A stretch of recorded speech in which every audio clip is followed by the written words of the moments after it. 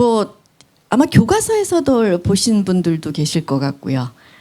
다시 보시니까 감동이 어떠신지. 상당히 감개무량합니다. 저는 오늘 여기 나온 사진 화면 중에서 세 가지 화면이 6.15 남북 정상회담을 대표하는 장면이라고 생각을 하는데, 국군 총사령관이 적군인 인민군 명예의장대를 사열하는 모습, 이건 너무나 감격적인 장면입니다. 저는 이때 참 아주 울컥해가지고 눈물이 나오더라고요, 이 장면 보면서. 그다음에 두 번째로는 남북 정상회담을 마치고 6.15 공동선언에 합의를 하게 됩니다. 근데 만찬 마지막 시간에 합의문 초안이 완성된 것을 두 정상이 결재하시고, 그리고 김 대통령이 김정일 위원장을 안내해서, 바로 이 장면이 요거 말고 또 하나 입시다. 이 장면인데, 여기서 여러분, 우리 둘은 남북 공동선언에 합의를 받습니다. 축하해 주십시오 하고 관중들한테 인사하는 장면, 역사적인 장면이지요. 근데 이 장면이 카메라가 없었기 때문에 처음에는 카메라 없는 상태에서 했다가 다시 카메라 불러서 다시 찍은 사진일 거예요. 그 다음에 세 번째 장면은 모든 것을 마치고 평양을 떠나시던 날 공항에서 두 정상이 포옹을 합니다. 도착할 때는 악수만 했어요. 근데 떠날 때 6.15 남북 공동선언을 채택하고 성공적으로 정상회담 마치고 떠날 때는 포옹을 했어요. 호흡을 했어요. 세 번. 그렇게 그 사이에 두 사람의 관계가 달라졌다는 그 장면이 인상됩니다. 그래서 저는 항상 세 가지 장면을 상징적인 장면이 아닌가 이렇게 생각을 합니다. 그 당시에는요, 저희는 김정일 위원장이 과연 공항에 나올까? 그게 기자들의 최대 관심사였거든요. 근데 솔직히 말씀드려가지고는 100% 확신하고 가셨습니까? 확신이 없었죠. 공항에 도착하시는 날 성대하게, 최고로 성대하게 환영한다고 할 것이라고 얘기는 했지만은 공항에 나온다 안 나온다 하는 얘기를 안 했기 때문에 나올까 안 나올까 아주 상당히 걱정을 했었죠. 안 나올지도 모른다. 그런데 나와서 두 분이 차를 같이 타고 50만 평양 시민들이 연도에 늘어서서 대환영을 하는데 1시간 동안 파레이드를 해서 숙소에 도착하시는 거예요. 자, 이제 우리끼리 옛날 얘기하는 거는 그만두고 우리 청년 자문위원들로부터 질문을 좀 받아봤으면 좋겠습니다. 과연 우리 2030 청년 자문위원들은 과연 어떤 그 기억을 가지고 있고, 이분들은 어떤, 우리와는 조금 다른 감성이라든지 그 시각을 가지고 있을 텐데, 어떤 시각에서 과연 이 당시의 이야기를 듣고 싶은 건지 궁금해집니다.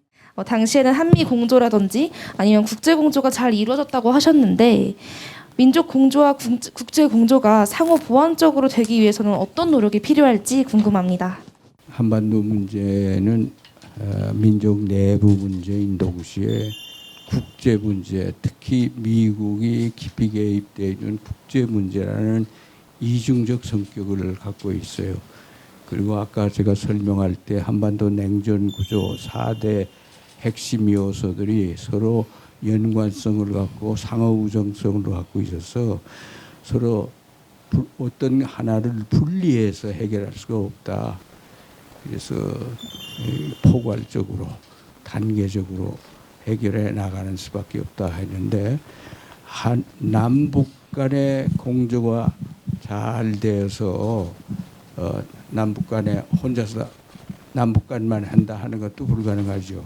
그래서 남북 간의 추진하는 내용들을 깊이 한반도 문제에 개입되어 있는 미국 측한테 알려줘 가지고 같이 나가도록 하는 노력이 절대 필요하다는 것을 우리가 6.15를 통해서 뼈저리게 경험을 다시 한 거예요.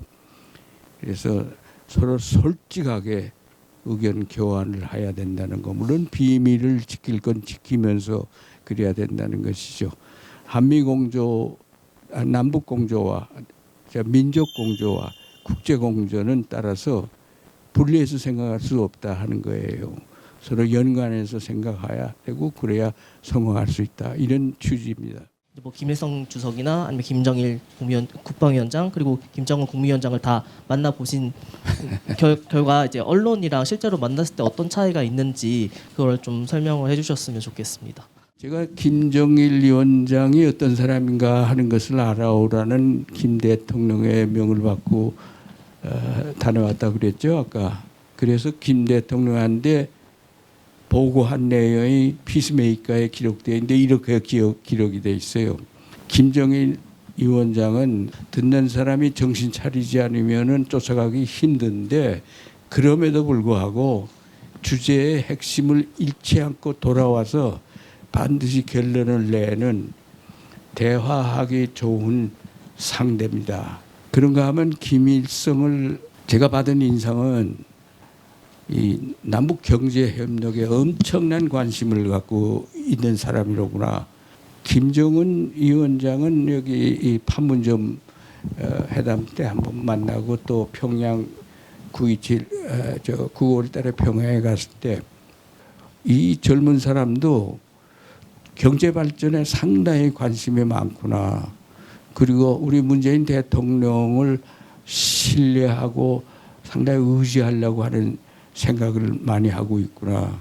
선대 자기 할아버지 아버지 못지않게 꽤 괜찮은 인물이로구나. 이런 느낌을 받았습니다. 20년 전에 그 6.15 남북 공동선언과 최근에 문재인 정부의 어떤 회담의 성과, 선언의 공통점과 차이점이 어떤 것이 있는지 말씀해 주시면 감사하겠습니다. 1990년 동서냉전이 끝난 후 남북관계, 남북 사이에서는 서로 교류 협력하기 위한 노력이 많이 진행이 되면서 5가지의 중요한 합의서가 채택됩니다. 전부 다 국가 원수들이 서명한 거예요.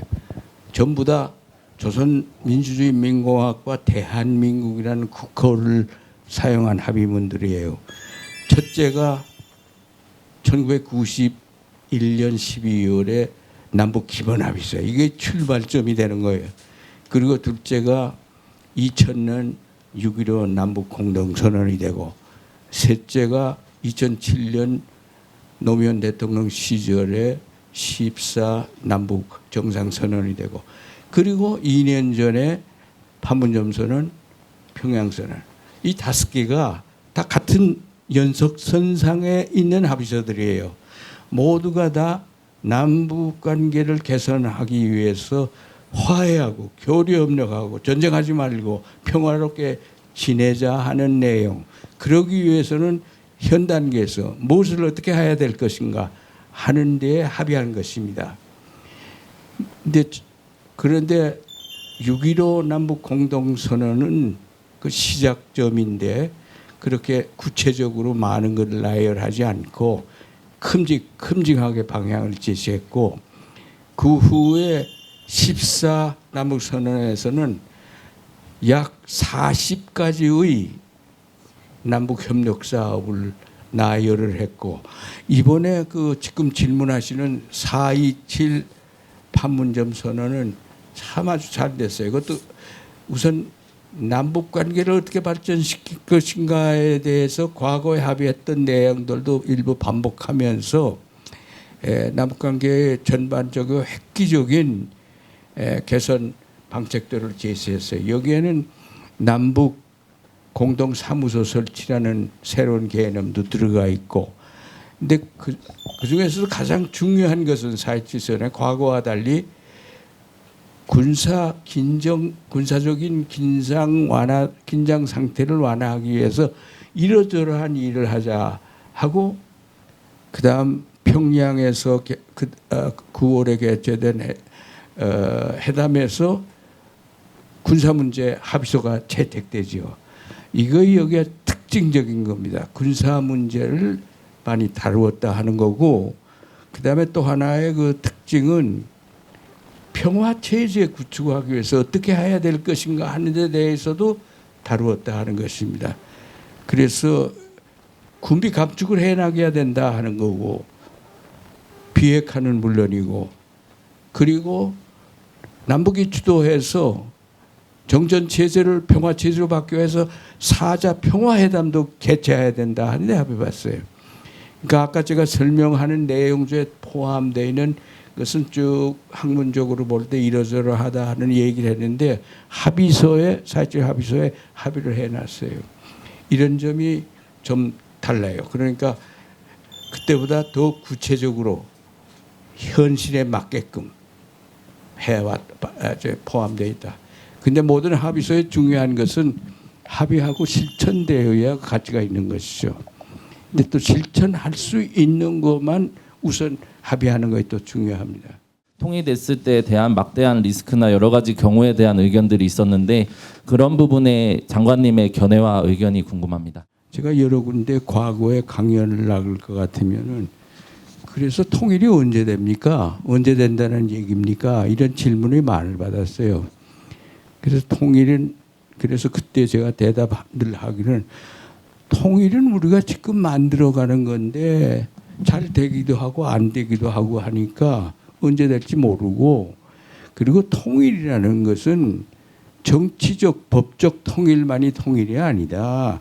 남북이 서로 사이좋게 오고 가고 돕고 나누고 한다면은 그건 정책 통일은 안 됐지만 통일된 것과 비슷하기 때문에 사실상의 통일상 이런 것도 통일이라고 생각을 해야 된단 말이에요. 이런 상황을. 그리고 이런 상황을 거치지 않으면은 국가 통일이 이룩될 수가 없는 것이다 하는 것입니다. 그렇기 때문에 통일 문제에 대해서 통일은 우리가 만들어가는 현재 진행형으로 만들어가는 것이다. 우리 노력에 따라서 빨리 될 수도 있고 늦게 될 수도 있고 하는 것이다. 그리고 완전한 정치적 법적 통일만이 통일이 아니고 경제 사회 문화적으로 통일된 것과 비슷한다면 그것도 좋은 것이다 하는 이런 생각을 가질 필요가 있지 않겠는가 생각합니다. 네, 이제 청년 세대에서는 그거 꼭 통일해야 되냐.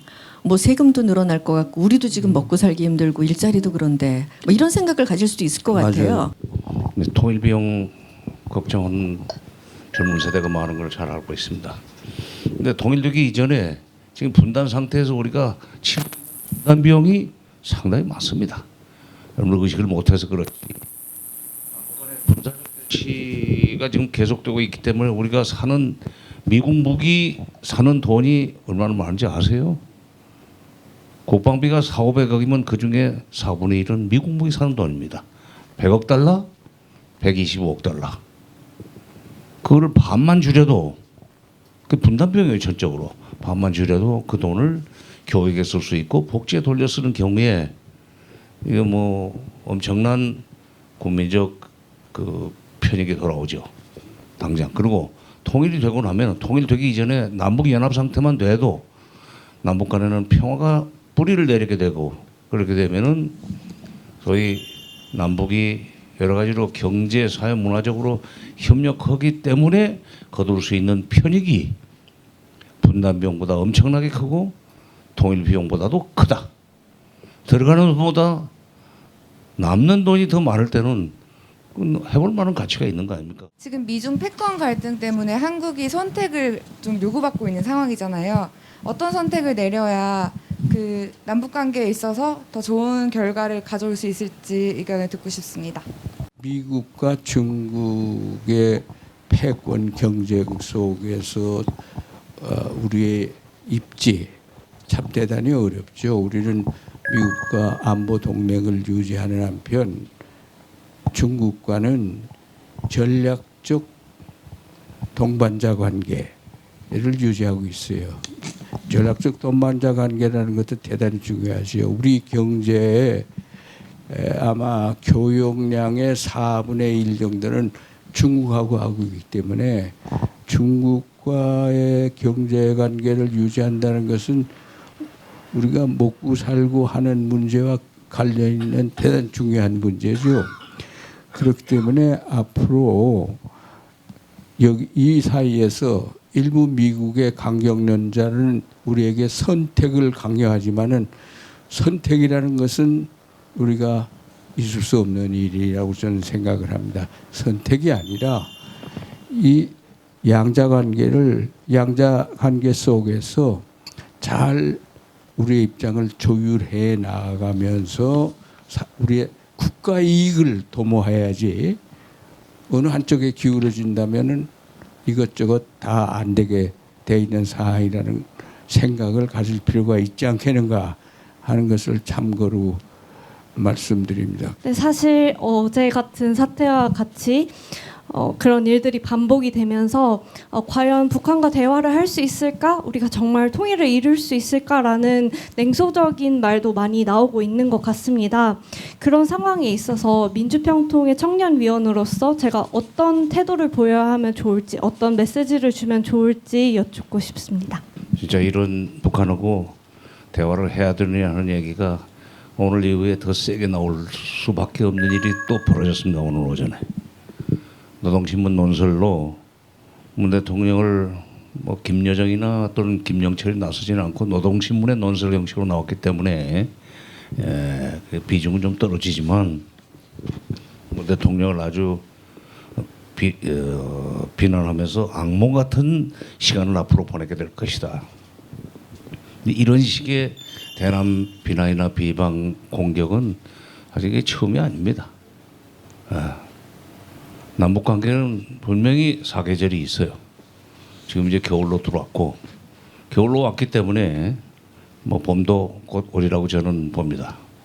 그러니까 북한이 지금 최근에 보이는 뭐 원동 그거 하나 가지고 북한과 대화할 수 없다. 저런 사람들하고 뭘 또 대화를 하느냐.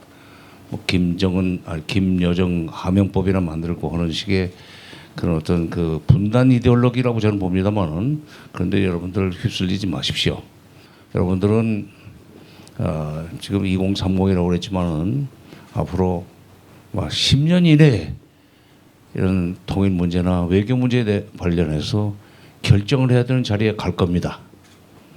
더구나 이 나이에 지금 그 젊은 나이에 평통 자문위원까지 했으니까 틀림없이 국가적으로 일을 하게 될 텐데 그때를 생각해서 좀 안 멀리 가지십시오. 현미경적으로 들여다보지 말고 망원경적 시야를 가지십시오. 포스트 코로나 시대를 대비해서 남북 협력과 한반도 평화 만들기 전략을 어떻게 해야 한다고 생각하시는지요? 문 대통령을 직접 겨냥해가지고 앞으로 힘든 시간을 가질 것이다, 지내게 될 것이다 하는 식으로까지 나쁜 말을 하고 있는데 거기다 대고 무슨 아니 그게 아니고 잘해보자 하는 식으로 하는 것은 그야말로 참 비굴하죠. 그런데 무슨 그럴 필요는 없고 지금 우리가 이제 봄을 기다리는 동안에 해야 될 것은 어차피 지금 봄은 오게 돼 있고 북한이 지금 이 국내 경제적으로 굉장히 어렵기 때문에 저러는 거예요. 긴 얘기는 않겠습니다. 근데 저기도 코로나 때문에 사실 반년 놀았어요. 금년이 노동당 창건 75주년입니다. 뭔가 성과적으로 일을 그 금년을 보내야 되는데 6개월을 놀았으니 얼마나 지금 속이 타겠습니까? 그런데 삐라가 화풀이를 여기다 대고 하는 거죠. 지금 상황에서는 이제 노동당 창건 75주년을 전후해서 뭔가 좀 더 다급해지면은 얼굴 바꾸고 또 슬그머니 나올 수 있는 가능성이 있는데 그때까지 우리는 4.27 판문점 선언과 9.19 평양선언을 이행해 나갈 수 있는 그런 국제 협력 체제라고 할까 이것을 구축해 나갈 필요가 있습니다. 미국이 그야말로 남북관계 선행론에 협조할 수 있도록 미국을 설득하는 작업을 적극적으로 해야 되고 그걸 하려면은 제가 뭐 요 며칠 동안에 아주 일관되게 얘기하고 있습니다만 외무부만 가지고는 안 됩니다. 미국을 설득하는 데는 북한을 상대하는 데 있어서 전문성을 가지고 있는 통일부가 직접 나서서 미국의 국무부나 상무부, 재무부를 설득해야 됩니다. 그거 하고 나면은 아마 가을쯤 돼서 얼굴 바꾸고 나올 거예요. 예. 계절적으로는 가을이 오지만 남북관계에서 봄이 올 수 있습니다. 우리가 봄이 올 때까지 계속 기다려야 하는 건지 지금 정부가 좀 시급하게 할 수 있는 방안이 무엇이 있는지. 과거에 이런 일이 한두 번 있었던 거 아니에요. 남북관계는 가다 서다 하면서 또 앞으로 가는 겁니다. 그래서 역사는 일직선으로 전진만 하는 게 아니죠. 지그재그로 왔다 갔다 후퇴도 하고, 이런 때 우리가 해야 될 일은 인내심을 갖고 기회를 기다려서 기회가 올 때 포착하고 또 기회를 만들어가는 노력을 하는 수밖에 없습니다. 너무 성급하게 뭐 이렇게 한다 저렇게 한다 해가지고서는 앞으로 나가기가 어렵지 않겠는가. 과거의 경험으로 봐서 그랬습니다. 이런 때는 무시하고 인내심 갖고 기다리는데 우리 국민과 언론들이 못 참았는데 문제가 있는데 잘 설득해야 되겠죠. 이 원장님 뭐 정말 오랜만에 나들이 하셨고 또 좋은 말씀 주셨는데 특히 젊은이들과 이 어려운 시기에 대화를 하시면서 좀 마무리 발언 한 말씀 좀 부탁드리겠습니다. 네, 오늘 청년 정책자문위원회 청년 여러분들 이렇게 만나뵙게 돼서 기쁘게 생각하고, 여러분이 통일 문제에 관심을 갖고 노력하고 있다는 데 대해서 정말 격려의 말씀드립니다. 그리고 여러분은 앞으로 우리 통일 방안이 민족 공동체 통일 방안이라고 그랬죠. 3단계로 통일을 추진한다고 돼 있는데 제1단계가 화해협력 단계, 제2단계가 남북연합 단계, 제3단계가 완전 통일 단계, 이렇게 나가기를 원하고 있는데 지금 화해협력 단계에서 헤어나질 못하고 있어요. 벌써 오래됐는데도 불구하고 빨리 화해협력 단계를 끝내고 남북연합 단계로 들어가야 되는데, 여러분은 남북연합 단계를 만들어가는 주인으로서 그리고 남북연합 단계에서 중요한 역할을 하는 주인으로서 준비되어 있어야만 하겠습니다. 감사합니다.